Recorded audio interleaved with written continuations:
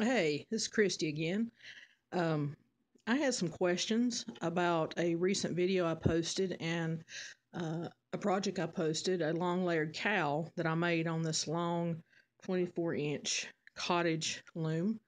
And I had some people asking me about what it meant to be adjustable, and they were a little confused about how you work the spacers into the loom and um, how that determines the stitch size and that kind of thing. So I thought I'd do my best to try to explain that. Now, when you have an adjustable loom like this that has the little spacers, it comes with four, and each one will give you about a 1/4 inch as you add them on. Two will be a half, three will be 3/4, four will be an inch, and one is a 1/4 inch. As you add them on, you're going to change your stitch. It changes the distance between your rails or your rails. It changes the distance between your rails, and therefore it makes the stitch bigger. I'm going to show you in a minute. I did some samples of each uh, spacer. I put one on and I did a sample, a little square sample, and I put two on, did a sample, and so on and so on. And I'm going to show you the difference in what they look like in just a minute. Now, when you have a cottage like this cottage loom, double knit, and you're doing a double knit, um, there's three things that determine your gauge. One is your weight of your yarn. Now, the samples I did are all number 4 worsted yarn. And that's the first thing, the weight of your yarn. The second thing is the distance, which is the center to center distance, center to center between your pegs on one rail. The center of this peg to this peg to this peg, and on down your rail. That is your gauge.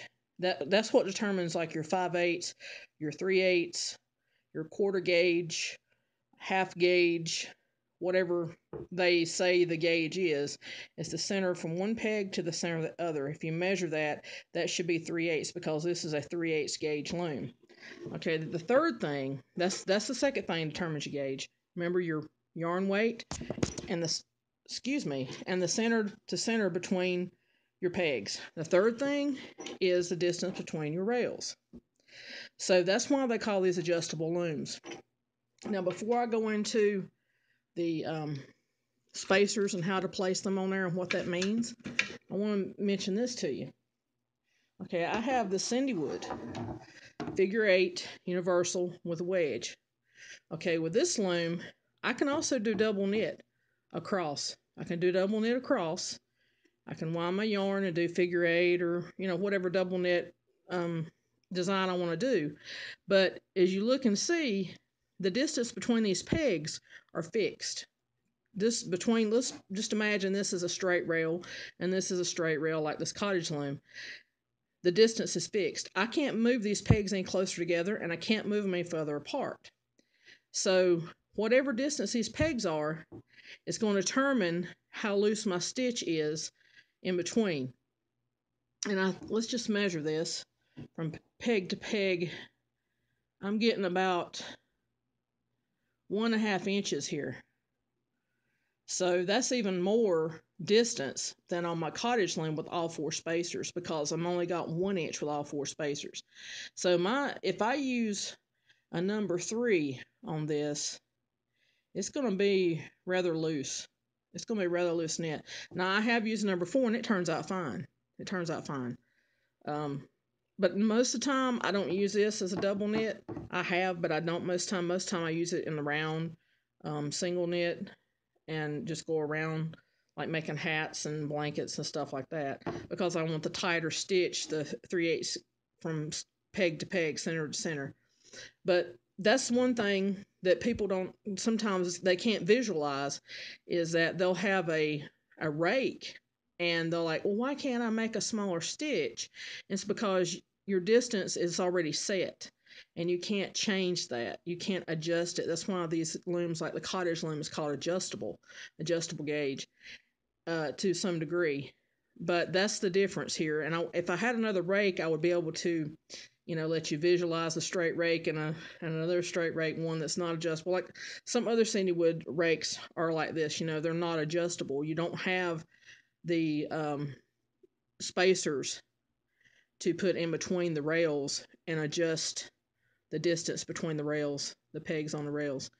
But that's the best way I know how to explain that as far as a fixed double rake and an adjustable double rake. Okay, we're going to go back. We're going to put this back to the side. And we're going to go back to our cottage loom. And I'm going to show you. I have on the other end, I don't want my screw on that end to come out and lose my washer. On this end, I've got it set up with 4 pegs. You see how wide that is? That's pretty wide. Okay? That's 4, I said pegs, 4 spacers. I've got that set up with 4 spacers. Okay. When you set up with 4 spacers like that, this is what you're going to get. This real loose, airy, stretchy, see-through, and that's a figure 8. All these samples I did are figure 8, and it's number 4 worsted yarn. I think it's Red Heart. Some scraps I had here. But that's what you're going to get with 4 spacers, just like that right there. It's going to be very loose, not very tight. The stitch is, I don't know that I would ever even use that for anything. Maybe a shawl or something, maybe, I don't know. But that's what you're going to get with 4 spacers in this loom. Okay, now we're going to turn it back around, and I'm going to show you what 3 spacers look like on this loom. I'm going to pull the rails apart, and I'm going to put 3 spacers on here. There's 1, 2, 3. And by the way, 4 spacers is right about 1 inch. 3 spacers is going to be 3/4. I'm not going to attach it because I'm going to be showing you 2 here in a minute.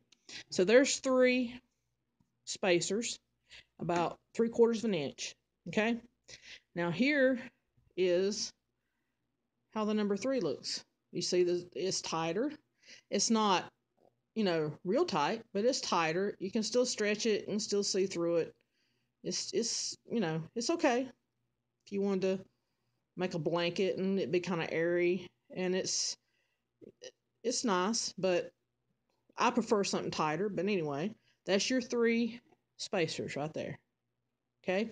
And you can compare your 4 to your 3. Big difference. Big difference in the stitches. Okay? Now, let's take 1 spacer off, and let's just leave 2 on here. Let's line it up. Okay. There's your 2 spacers. And this is the result, the sample you get from 2 spacers. Much tighter. It takes it's not got as much stretch. Much difference than the 3. There's the 3. There's the 2. A lot more difference than the 4. Okay. So there's your 2. Now, and that would be a 1/2 inch. That would be a 1/2 inch setting on this loom. And when you get to 1/2 inch, they do send you a shorter screw that doesn't come out like this. I'm just leaving this in for purposes of demonstration, but there is a shorter screw. You have to put the longer screw in when you put in the 3 and 4 spacers to take up the room and be able to have enough room to put your wing nut on. Okay, so let's take this one off and leave 1 on, and we're going to put it back as if we're going to double knit that way, and that's 1/4 inch. You see there's not a lot of room there, but believe me, I've used it, and there's plenty of room there for your fabric to fall down through, and you'll understand why because it's not as thick, and it is a much, I mean, it's thick, but it's a much tighter knit. That's your number 1 spacer, 1/4 inch sample. And it is thick, it is stiff, and there's not as much stretch to it.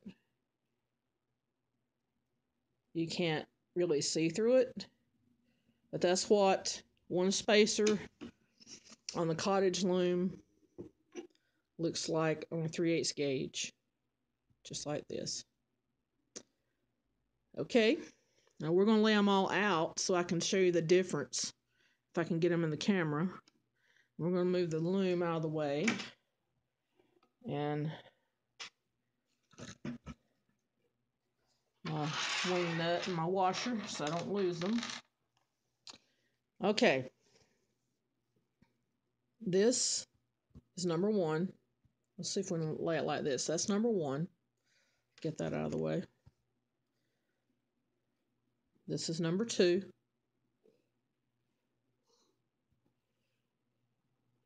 This is number 3. And this is number 4. Now, I didn't do all these the same length, but I did do them all the same width. I did them all on 9 pegs across, double knit figure 8. And you can see the difference, how much tighter that is, 9 pegs across, how much looser the number 2 is, 9 pegs across. And then as you go on, this one's even, you can even see the difference there in the width of the 2 and the 3 being behind of 9 pegs across. And big difference with the 3 and the 4. The 3 and the 4, 9 pegs across. And the stitching, you can tell big difference. So that is how your spacers affect your cottage double knit looms, your rake looms. I know 2 people today had asked me about it, and I thought, well, I'll just do a little short video, and there you go. So subscribe to my channel, and I will be giving you more information on other looms, and we will talk to you later. Bye.